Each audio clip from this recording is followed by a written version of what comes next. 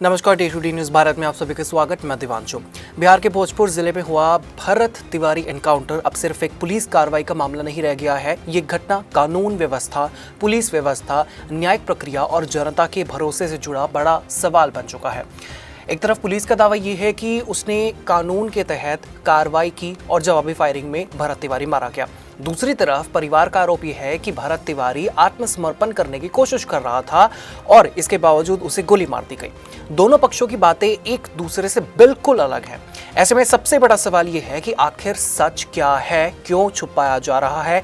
क्या ये पूरी तरह से वैध पुलिस कार्रवाई थी या फिर जांच में कुछ ऐसे तथ्य सामने आएंगे जो पूरी कहानी बदल देंगे? जांच की बात क्यों हो रही है? क्योंकि जिन पुलिस कर्मियों ने वो इनकाउंटर किया था उन्हें सस्पेंड किया गया है। सबसे बड़ा सवाल तो ये है, अगर ये इनकाउंटर पुख्ता सबूतों के साथ किया गया तो जिन्होंने इनकाउंटर किया उन्हें सस्पेंड क्यों किया गया? अगर सस्पेंड किया ही है तो उनको सस्पेंड क्यों, बल्कि उनको नौकरी से क्यों नहीं निकाला गया?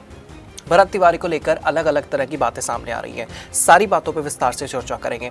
स्थानीय लोगों के मुताबिक ये बीएससी का छात्र था, यानी कि भरत तिवारी बीएससी का छात्र था, पढ़ा लिखा छात्र था और अपने इलाके में समस्याओं को लेकर अक्सर आवाज उठाता था, दबे कुचले लोगों की आवाज बनने की कोशिश करता था, अपने इलाके में डेवलपमेंट को लेकर बात करने की कोशिश करता था।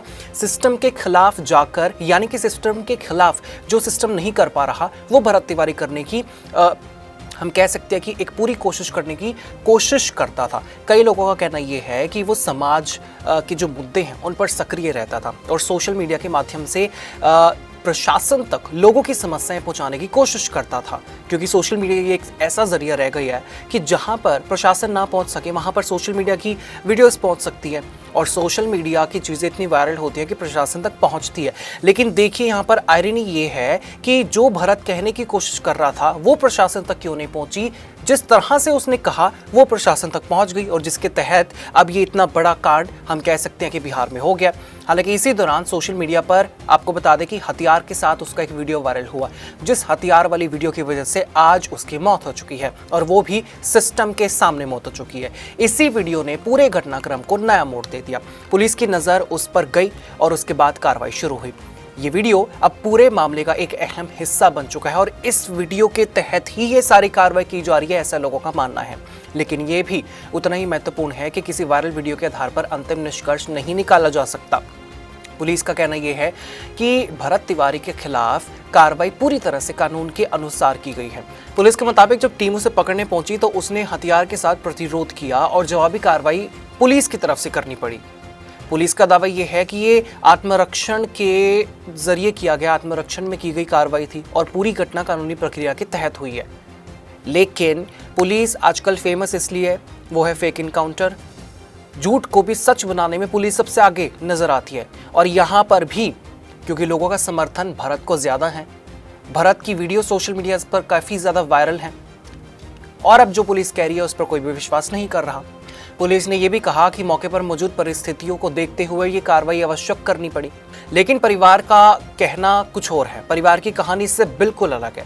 भरत तिवारी की मां का आरोप यह है कि उनका बेटा भाग नहीं रहा था, उनका बेटा कोई भी फायर नहीं कर रहा था, बल्कि हथियार सौंपकर आत्मसमर्पण करने की कोशिश कर रहा था।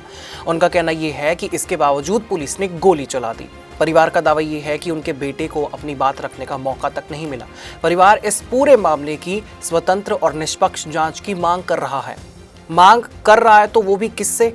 इस सिस्टम से, जिस सिस्टम ने एक आवाज उठाने वाले व्यक्ति को जड़ से ही उखाड़ फेंक दिया। परिवार का कहना यह है कि अगर जांच ईमानदारी से होगी तो पूरी सच्चाई सामने आ जाएगी। यहीं से इस मामले ने पूरे राज्य में बहस छेड़ दी है। सोशल मीडिया पर हजारों लोग अपनी अपनी राय दे रहे हैं। कोई पुलिस के समर्थन में है तो कोई परिवार के साथ खड़ा दिखाई दे रहा है। लेकिन लोकतंत्र में किसी भी घटना का फैसला सोशल मीडिया नहीं करता है। फैसला तथ्यों, सबूतों और निष्पक्ष जांच से होता है। इसलिए इस मामले में भी सबसे ज्यादा जरूरत यही है कि जांच निष्पक्ष, पारदर्शी और समयबद्ध तरीके से पूरी हो। इस मामले में सबसे ज्यादा चर्चा जिस बात की हो रही है वो है इनकाउंटर में शामिल पुलिस कर्मियों का निलंबन, जिसका जिक्र मैंने खबर की शुरुआत में भी किया था।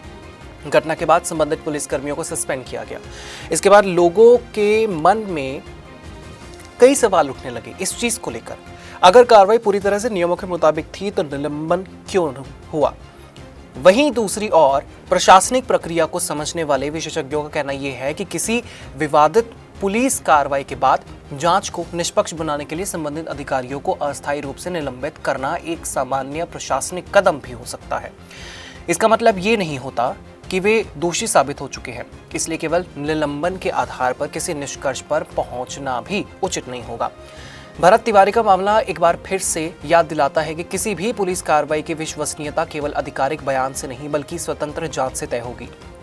अगर पुलिस सही है तो जांच उसे साबित करेगी, अगर परिवार के आरोप सही हैं तो कानून उसके अनुसार कार्रवाई करेगा। यही कानून का मूल सिद्धांत भी है और कानून के हिसाब से प्रशासन को भी चलना चाहिए। किसी भी लोकतांत्रिक व्यवस्था में ना तो पुलिस को बिना जांच के दोषी ठहराया जा सकता है और ना ही किसी शिकायत को केवल आरोप कहकर नजरअंदाज किया जा सकता है। अब कई ऐसे सवाल हैं जिनका जवाब अभी आना बाकी है। क्या घटनास्थल से सभी फोरेंसिक सबूत सुरक्षित किए गए हैं? क्या हथियार की बैलिस्टिक जांच होगी? क्या फिर घटनास्थल पर मौजूद पुलिसकर्मियों और अन्य गवाहों के बयान एक दूसरे से मेल खाते हैं? क्या किसी स्वतंत्र एजेंसी से भी जांच कराई जाएगी? क्या मोबाइल फोन, डिजिटल रिकॉर्डर, अन्य तकनीकी जो साक्ष्य हैं, सबूत है, इस मामले की तस्वीर साफ करेंगे? इन सभी सवालों का जवाब जांच पूरी होने के बाद ही सामने आएगा।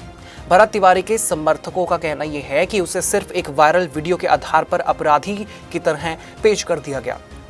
दूसरी ओर पुलिस का कहना यह है कि कार्रवाई केवल वीडियो के आधार पर नहीं बल्कि उपलब्ध सूचनाओं और जांच के आधार पर भी की गई है। इसलिए यह जरूरी है कि जांच एजेंसियां साफ करें कि कार्रवाई किन तथ्यों और किन कानूनी आधारों पर की गई थी। इस पूरे मामले का एक मानवीय पक्ष भी है। एक परिवार ने अपना बेटा खोया है, दूसरी ओर पुलिस के सामने भी कानून व्यवस्था बनाए रखने की जिम्मेदारी होती है। ऐसे मामलों में भावनाओं से ज्यादा महत्वपूर्ण है निष्पक्ष जांच और पारदर्शिता। लेकिन सवाल इस पर बने हुए हैं कि क्या भरत तिवारी ने पहले कोई ऐसा वायलेंस क्रिएट किया जिसकी वजह से लॉ एंड ऑर्डर की स्थिति को वहां पर बहाल ना किया जा सका हो? क्या उसने आज तक ऐसा कोई काम किया कि वो क्रिमिनल रिकॉर्ड उसका हो? वो एक स्टूडेंट है, अगर उसका क्रिमिनल रिकॉर्ड होता तो उसे स्टूडेंट भी ना रहने दिया जाता। अगर ऐसा कुछ होता तो वो अब तक गुंडा साबित हो जाता।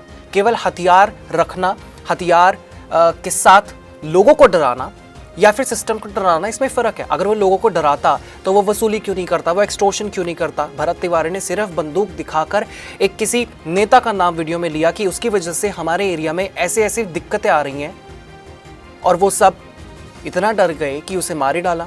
अगर जांच निष्पक्ष होगी तो जनता का भरोसा भी बना रहेगा।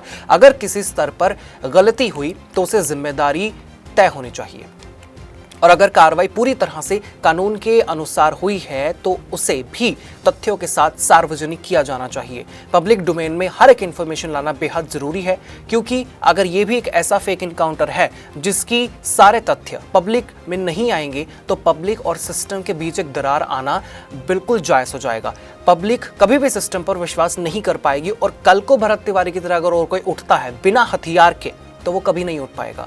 सिर्फ और सिर्फ हथियार लहराना क्या उसकी सबसे बड़ी गलती हो गई? सिस्टम क्योंकि प्यार से तो सुनता नहीं है। अगर सिस्टम प्यार से ना सुने तो वायलेंस का रास्ता अपनाना लोगों की मजबूरी बन जाता है, और वो ऐसी जगह से आता है जहाँ पे डेवलपमेंट नाम की कोई चीज़ नहीं है।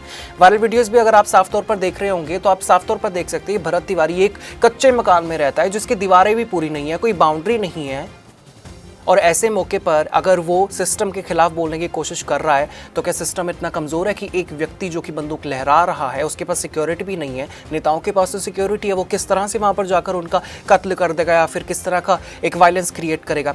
साफ तौर पर सोचने वाली बात है। लोगों के मन में बहुत सारे सवाल ऐसे हैं कि आखिरकार ये हुआ क्या है, क्या नहीं हुआ है? क्या सरकार पहले ही किसी ऐसे व्यक्ति को जड़ से उखाड़ने की कोशिश हमेशा करती है जिनको उनसे फ्यूचर में खतरा होता है? भरत तिवारी एनकाउंटर केवल एक व्यक्ति का मामला नहीं है, ये उस भरोसे का मामला है जो जनता पुलिस और न्याय व्यवस्था पर करती है। हर विवादित पुलिस कार्रवाई के बाद यही उम्मीद की जाती है कि जांच इतनी पारदर्शी हो कि किसी भी तरह का संदेह ना बचे, क्योंकि कानून का शासन केवल न्याय होने से नहीं बल्कि न्याय होता हुआ दिखाई देने से भी मजबूत होता है। फिलहाल इस मामले की जांच जारी है। पुलिस अपना पक्ष रख चुकी है, परिवार अपने आरोपों पर कायम है। अब सभी की नजर जांच एजेंसियों पर है।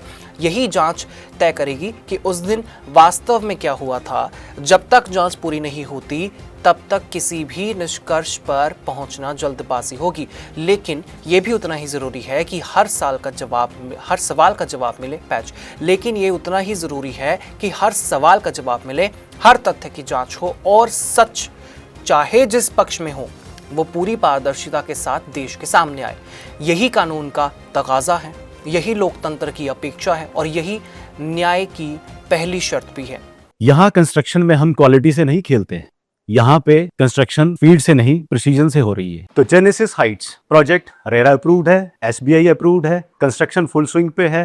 दैट मीन्स आपकी इन्वेस्टमेंट 100% सेफ है। तो चंडीगढ़ यहाँ से मात्र 4 मिनट, एयरपोर्ट 10 मिनट की दूरी पे, decathlon, DMart, KFC, McD, everything with in 2 minutes.